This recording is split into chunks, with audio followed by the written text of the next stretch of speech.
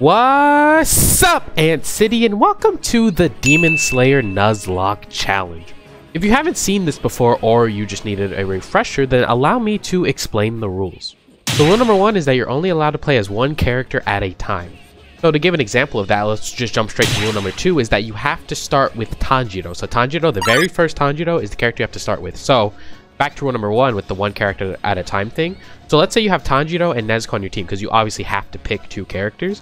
You're allowed to assist with Nezuko, but you can't switch into her, and I'll explain why right now with rule number three, which is that all characters only have 2 lives. Now these lives are going to be counted by the rounds, not individual matches, but actual rounds within the matches. So these are permanent lives too, so it's not like you get 2 lives per match, it's 2 lives across the board. So let's say you're playing as Tanjiro and then you lose 2 rounds, you have to then switch into your next character, which for this example is Nezuko, but your second character can be whoever you want it to be. You just have to start with Tanjiro. That just gives everyone like a common starting point, you know, but your second character can be whoever.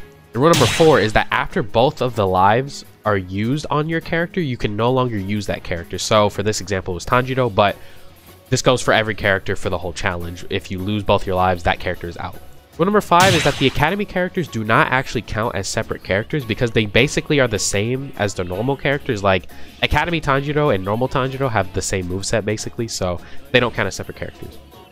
Now as a bonus rule, if you end up not losing any rounds for 6 matches, so 6 total matches, not rounds, but 6 individual matches, then you have to move on to the next character, just because I want this challenge to actually have an ending point, because technically you could just win forever with Tanjiro and then this challenge would go on forever. So we're capping it out at 6 matches per character. So once you hit 6 matches, you move on to the next character.